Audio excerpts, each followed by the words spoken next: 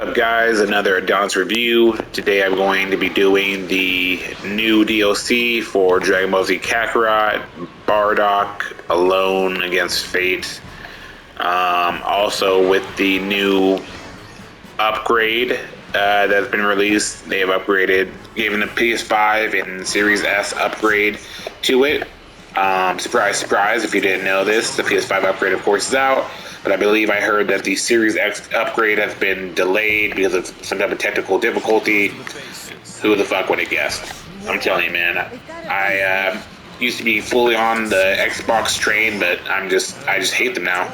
I just hate that they don't give you shit. There's no exclusives. I mean, literally, PlayStation has like 1,000 exclusives, while Xbox didn't come out with one good one. And then they give you a Halo. It was just trash. Whatever. Anyways, moving on. So, this does have a free upgrade now. You do not have to pay for it. You have the game. You can just upgrade it for free and now play it. I do have to say that I did see a nice difference when playing the upgraded version. I thought the upgrade would be hard to see because it's not the most, technically graphic game in the world. I thought the game would be fine to play in, PS4 version of graphics. But adding the PS5 in there does give color a little bit more pop. The smoothness is definitely noticeable. It's just buttery smooth. Looks nice. Seeing the fight scenes, kind of that smoother popping color. It's nice. There's a noticeable difference.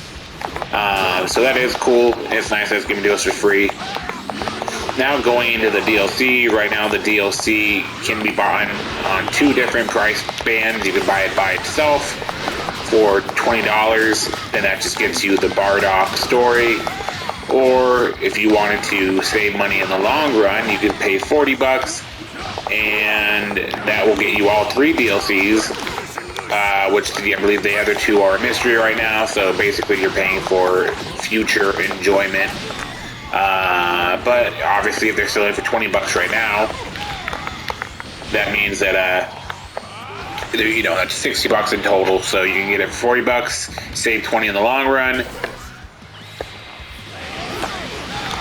or you can just pay $20 now and save money and just wait for it to come out and pay for it when it comes.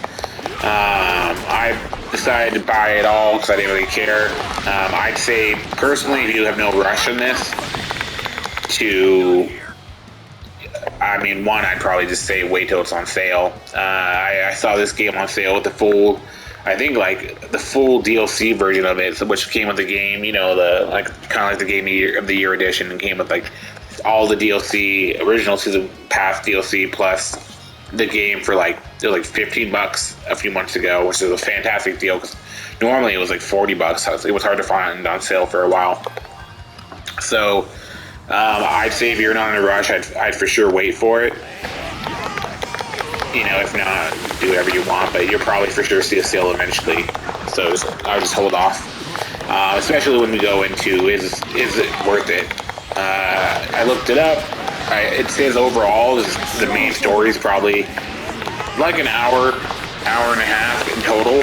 They do kind of give you a little side shit to do, which probably brings it up to 5 hours, but the side shit isn't really story related. I think with all the DLC, all the DLC side missions and the main story, you're probably maxing out around 3 hours for this. And then of course, with the inclusion of the other shit, you're at 5 hours, but that stuff is kind of repetitive. That's kind of the worst thing about this game. A lot of it's repetitive and can get old real quick. So overall, it's a nice, unique story. It's cool seeing the Bardock story, I guess, a little bit. But if I'm being honest with you, I would much rather have seen the Brawly story, or honestly, there's just so many other ones I'd rather see, and so I'd for sure hold off on it. I don't think I like going farther in the story where people have, you know, when you're the strongest versions of them. I don't like using where, you know, you're using weaker versions that are, you know, it's just not fun. I mean, who wants to use level 1, you know, wants to fight using level 1 version of Goku when you can use Super Saiyan Goku is what I say.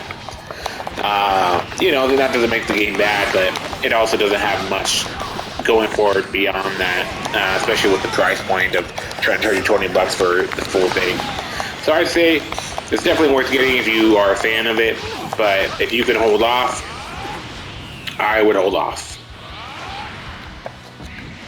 Because all you're really getting here is, you know, you are getting the, you know, the Bardock story or movie or whatever. You are getting, you know, some side missions. You're getting kind of a new map where you go to the Canassus map or whatever, and kind of like Planet Frieza. You just see a little bit where you have a few maps, but overall, that novelty is not worth the shortness of it all at that price. If fair value, this game is worth, I don't know, probably like $10 at most.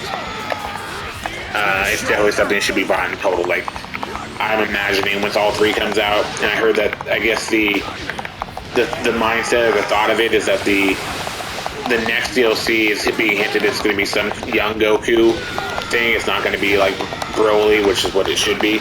But I think if they have any brains at all, they're going to make the last DLC Broly. I mean, I'd be blown away if they didn't. Everyone loves Broly.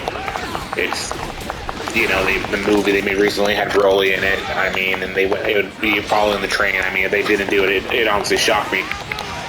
So I say for sure that's probably going to be it.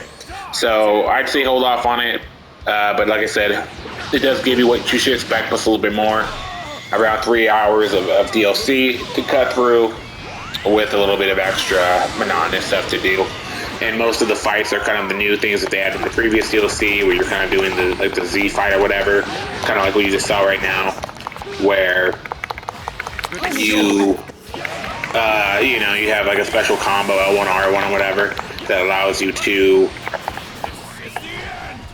kill like 50 people at once. Basically, it's just like a horde battle fight. You know, you're basically, instead of fighting 1-on-1 or 3-on-3, you're fighting like 50 people at once or whatever, and you're gonna kill them all. So that's basically how most fights break down in this.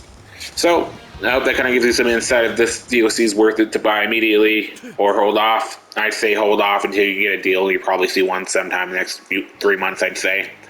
If not, $20 or $40. But like I said, the PS5 upgrade is free, and you can get that now with no additional cost, so go for it. Later, guys.